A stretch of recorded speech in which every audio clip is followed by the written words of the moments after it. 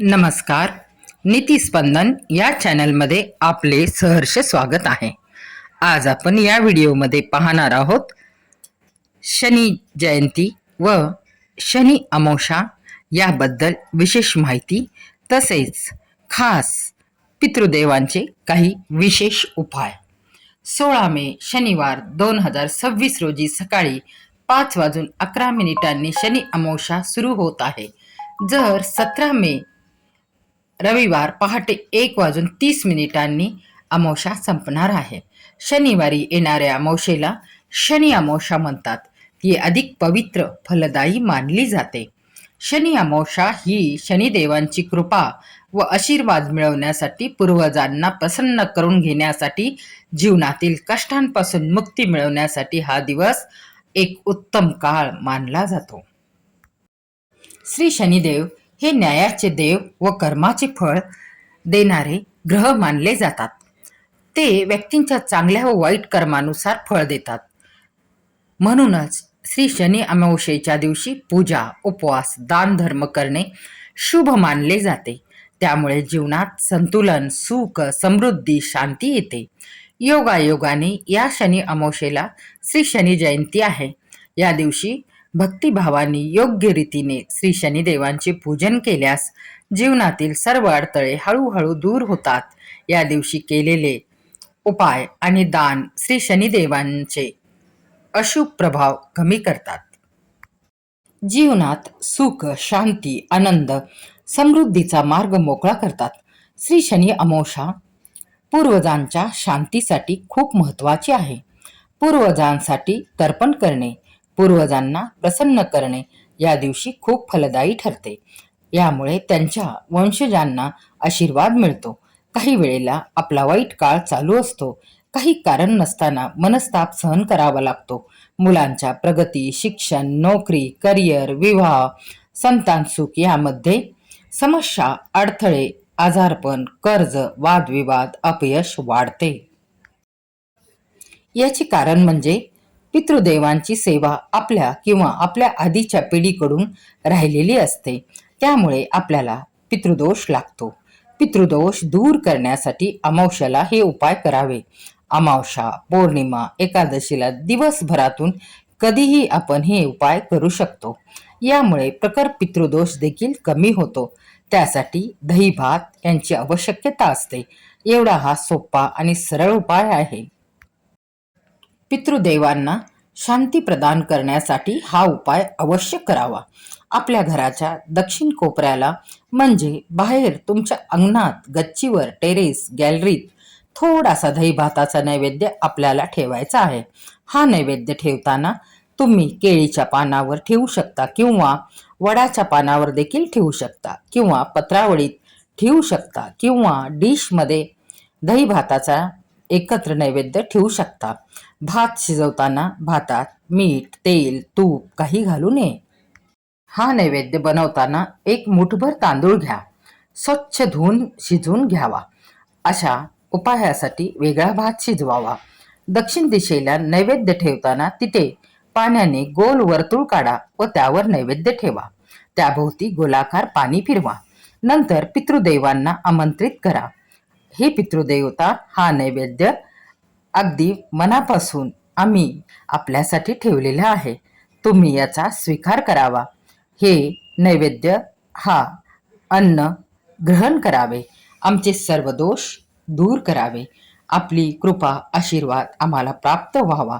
काही चुकले असेल तर क्षमा असावी अशी प्रार्थना व माफी मागावी.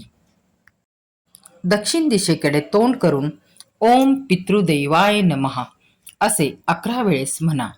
कावळे पक्षी खाऊन उरलेला दहीभात दुसऱ्या दिवशी एखाद्या झाडाखाली ठेवावा, जेणेकरून पायाखाली अन्न तुडवले जाणार नाही. या दिवशी करायचा दुसरा उपाय म्हणजे एक गाईची शेणाची गौरी घ्या. त्यावर 2-4 कापूरवडी ठेवा. थोडेसे तूप टाका. ते प्रज्वलित करा. त्यामध्ये दहीभात थोडासा शिंपडावा.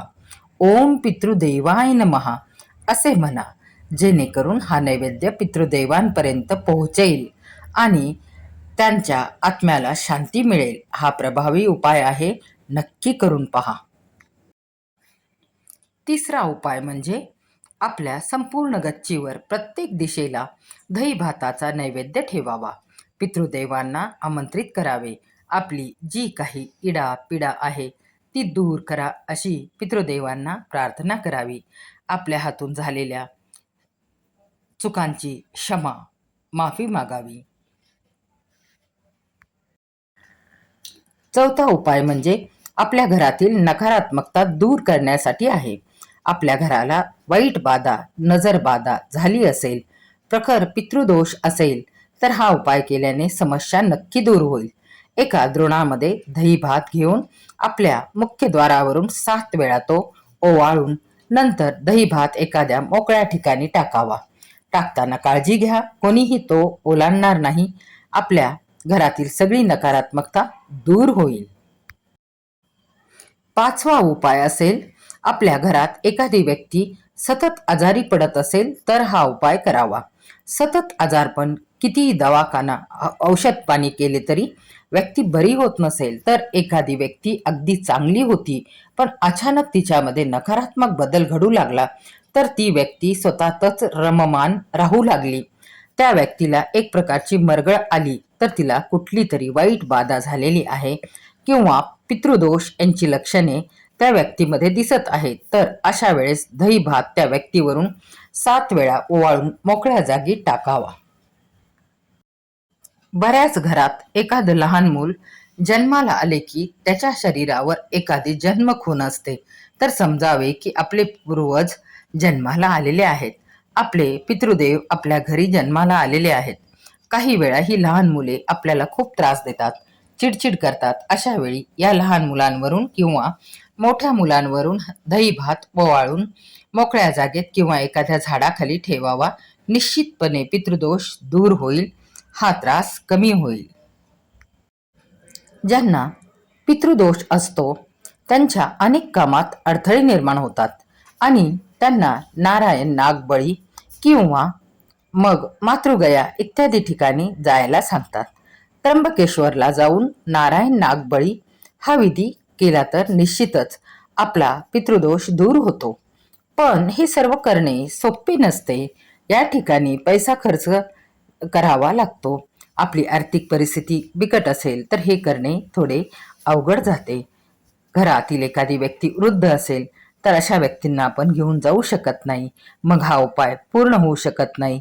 अशा वेळेला आपण घाबरू नये व तोपर्यंत हा त्रासही सहन करू नये. तर मग काय करावे अशा वेळी? तर आपण तज्ज्ञांचा सल्ला घेऊन हा उपाय करू शकता.